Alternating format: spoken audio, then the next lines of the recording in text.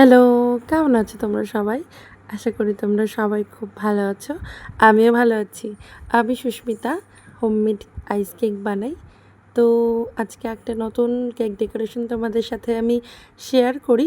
Cake ডেকোরেশনটা অতিরিক্ত কিছু হাই-ফাই আমি সেটা বলবো না, কিন্তু সিম্পলের মধ্যে বেশ অ্যাস্থেটিক। দিনটা ছিল না রং খেলার দিন। সারাদিন রং খেলে ওই যে হাত দুটো দেখা যাচ্ছে, হাতের অবস্থা বেহাল আমার। এই দিন আমার 2টো কেকের অর্ডার একসাথে ছিল। 2 দিন পর পর লাগতো একই লোকেশনে। তো আমাকে বোনটা বলে, দিদি তুমি একই দিনে দিয়ে যাও। আর ওই যে কেক বানাতে বানাতে পাশে আমার যাকে ভিডিওতে দেখা যাচ্ছে, আমার সাথে গল্প করছিল বসে বসে, আর আমি কেক বানাচ্ছিলাম।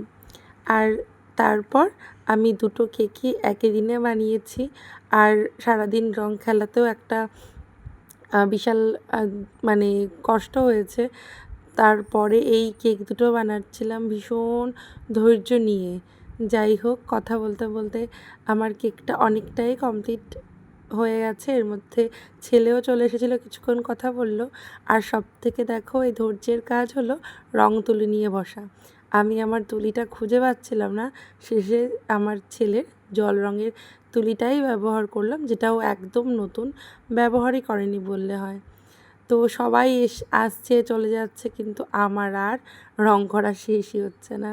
মানে এতটাই ধৈর্য নিয়ে করতে হয় কাজটা যে অনেকটা টাইম লাগে। আর একদম শেষে কিছু নোট লিখে দিতে বলেছিল, সেটাও আমি লিখে কমপ্লিট করলাম। এটা আমার কেকের ফাইনাল লুক।